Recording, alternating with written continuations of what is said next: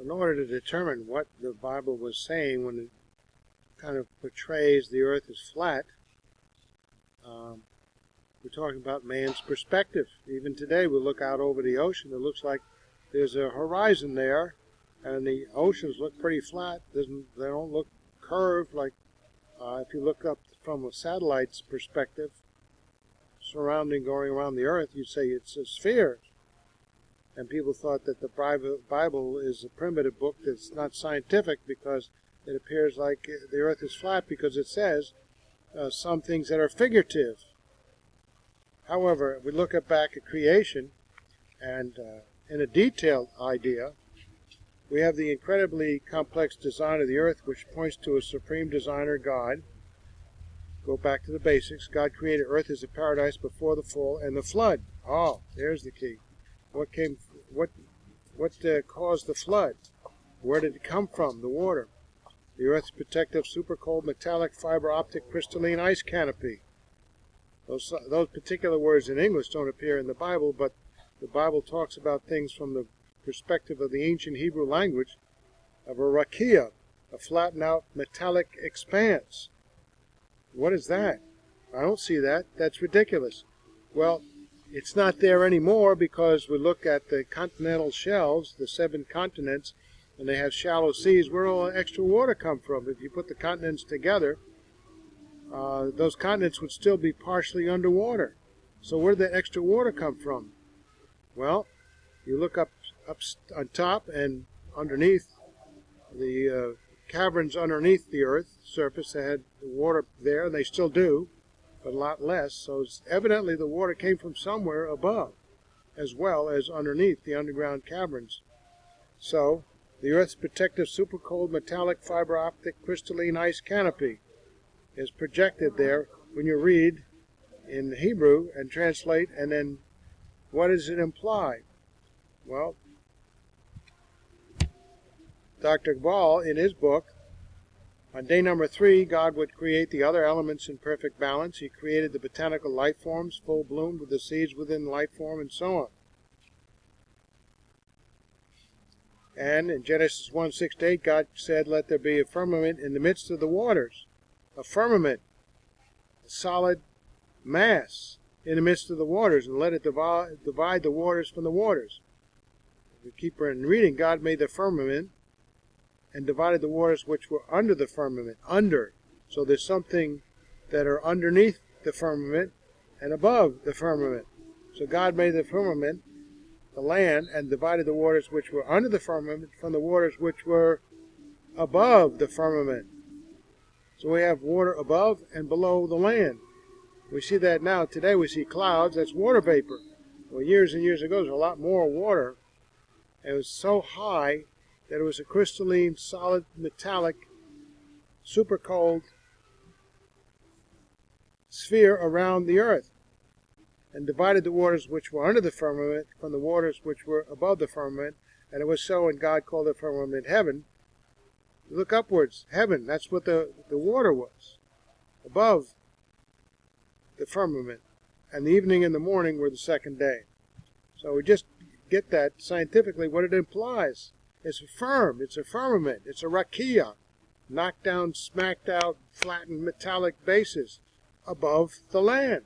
Well, we don't see that now because it's not there. It's in the oceans. It is obvious from the biblical context that this firmament included 2 composite layers of water, adjacent on each side with a firmament in the middle. Some biblical exegetes have suggested that perhaps this firmament referred to the expanse, and the water on the surface of the earth was in one composite form. They also maintain that we had a bubble of water approximately 11 miles above the earth as a second layer. However, when it goes that high, it's solid, firmament, knocked down metallic. Hydrogen is in the periodic table in chemistry as part of the chemistry of metallic substances. However, the clear scriptural mandate is that this entire firmament was encased by layers of water on both sides as a composite part of the firmament. Later, the scripture describes the seas and the oceans on the surface of the earth. We can therefore envision a model of the firmament approximately 11 miles above the surface of the earth, We believe the firmament was approximately 11 miles above the surface of the earth because there exists a heat sink at that elevation. It is between minus 130 degrees Fahrenheit and minus 180 degrees Fahrenheit at that elevation. What do you think the ice is? It's crystalline. And the metallic has separated in a sense on a layer on the above as metallic hydrogen. And then you have the oxygen and the rest of the water above it. Nearer to the earth it is warmer, and further from the earth it is warmer for at least some space. If we were to amass the amounts of water present on earth, calculate this, and assimilate the greater amounts of water within the earth, this would leave the approximate remainder of a 10 to 20 foot thick, lineal dimension double encasement of water in solid crystalline form as the firmament. So it makes sense. It's not just poetic, it's actual.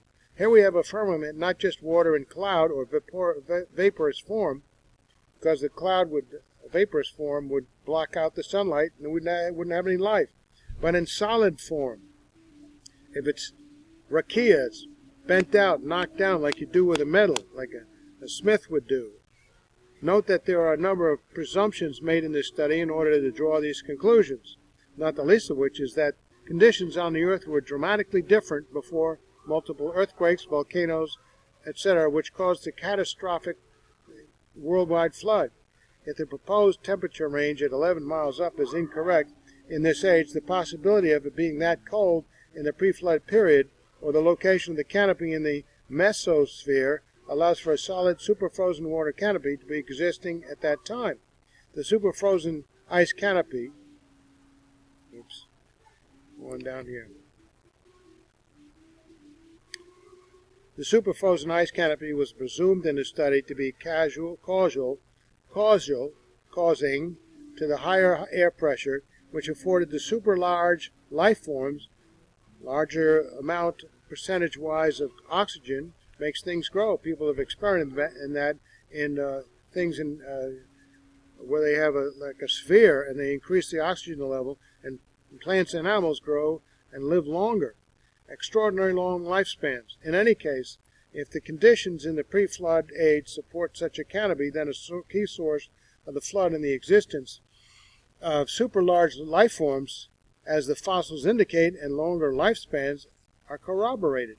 But know that since we cannot measure all the parameters today because the earth is so different, in order to support this solid canopy model, not a theory, then we will have to wait and see how God did this when he creates the new heavens and the new earth.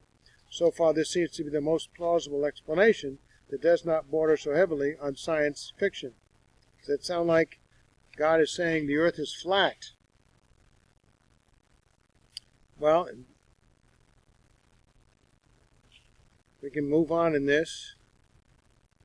You can investigate this even more from other perspectives of other authors, like Jody Dillow. We move on back to Bible study manuals, contradict, and we get to the table of contents and regain our spot here.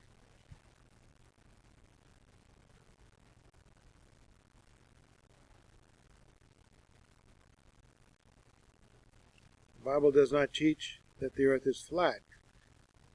We investigated stretched out earth. Now the earth is described as a sphere or circle in Isaiah. It is he that sitteth upon the circle of the earth. Does that sound flat to you? The inhabitants thereof are as grasshoppers, that stretcheth out the heavens as a curtain, and spreadeth out them as a tent to dwell in. He hath compressed, by the way, the Hebrew word for circle can also be spherical. He hath compressed the waters with bounds until the day and night come to an end. When he prepared the heavens, I was there. When he set a compass upon the face of the earth, the depth, there's a compass. So it's circular. Skeptics will assume that these verses, from these verses, the concept of a flat, circular, pancake-like earth is there, but that's not necessarily plausible. In each case, the Hebrew word here is exactly the same as Strong's tells us. And the Hebrew word is circle, circuit, circle, compass. And here is where we alert the reader to another keyword concept that is missing in Hebrew. There was no varying word for sphere, a three-dimensional circle, so they would use the same word You have to look at the context.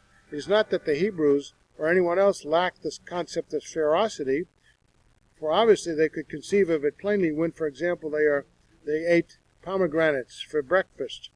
But that they certainly did not create a second word for it. Pomegranates are, by the way, not flat or pancakes. Some may citation in reply here. The King James version is Isaiah 22:18. He will surely violently turn and toss thee like a ball into a large country. King James version interpretations say a ball. Shalt thou die, and there the chariots of thy glory shall be the shame of thy Lord's house. So the Hebrew word here is, however, is doer, a circle, ball, or pile, ball, turnabout, or roundabout. This word no more indicates ferocity than our other word, for it is used by Isaiah elsewhere thusly, and I will camp against thee round about, and I will lay siege against thee with a mount, and I will raise forts against thee. That's not spherical. It's flat on the planet and the earth in the perspective of a battle. Obviously, the soldiers could not camp in the sphere of a sphere around the city in the shape of a sphere.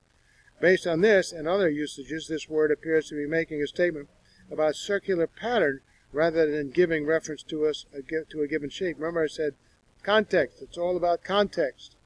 It's plausible that it was a sphere in the other passages that refer to the earth. So the earth is depicted as having ends. Okay, what do you do about that? All the ends of the earth shall remember and turn unto the Lord, and all the kindreds of the nations shall worship before thee. Consume them in wrath, consume them, and that they may not be, and let them know that God ruleth in Jacob unto the ends of the earth. Salah. Well, Proverbs 19:4-6, their line is going out through all the earth, and their words to the end of the world.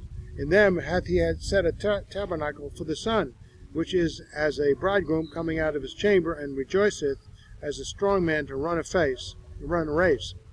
His going forth is from the end of the heaven, and a circuit unto the ends of it, and there is nothing hid from the heat thereof. For he looketh to the ends of the earth, and seeth under the whole heaven. All right. Context. Deuteronomy 28:64-5. And the Lord shall scatter thee among all people from one end of the earth and even to the other. And there thou shalt serve other gods, which neither thou nor their fathers have known, even wood and stone. And among these nations shalt thou find no ease. By the way, some people say the ends of the earth today, and yet they know it's a sphere. Neither shall the sole of thy foot have rest, but the Lord shall give thee there a trembling heart and failing of eyes and sorrow of mind. In each of these, it is supposed the authors make thinking of opposite ends of a flat earth. Let's look at the key words used among them in these verses. The word used for ends is, as we see here, an extremity, used in a great variety of applications and idioms. Border, brim, brink, edge, frontier, outmost, coast, quarter, shore, most part. So the word has a broad usage throughout the Old Testament. It can signify the termination of a period of time or an action. But let's look exclusively at geographic connotations of some sort to see how uneducated scientifically the ancient Hebrews were. Genesis 23:9, that he may give the cave of Machpelah, which he hath, which is in the end of his field, for as much money as it is worth, he shall give it me a possession of burying place amongst you. And as for the people, in Genesis 47:21, he removed them to cities from one end of the borders of Egypt even to the other end thereof. Borders here is yet another Hebrew word, Gebul. And Exodus 25, and thou shalt make 2 cherubims of gold, and of beaten work shalt thou make them, in the 2 ends of the mercy seat, and make 1 cherub on one end, and the cherub on the other end. Joshua. And in the east border was the salt sea, even the end of Jordan, and their border in the north quarter was from the bay of the sea of the uttermost part of Jordan. 1 Samuel. And as they were going down to the end of the city, Samuel said to Saul, bid the servant pass on before us. And he passed on, but stand thou still a little while, that I may show thee the word of God. Another word used for end in this one. Secession, often used for no further ankle, as being the extremity of the leg or foot. Less nothing, nevertheless no none, withstanding a naught, uttermost. So we have usages of words here, where some are applicable to one context, and others are the same words are applicable to another. So the word most commonly used is translated nevertheless in this verse. Nevertheless, the people will be strong that dwell in the land, and the cities are walled and very great. And moreover, we saw the children of Anak there.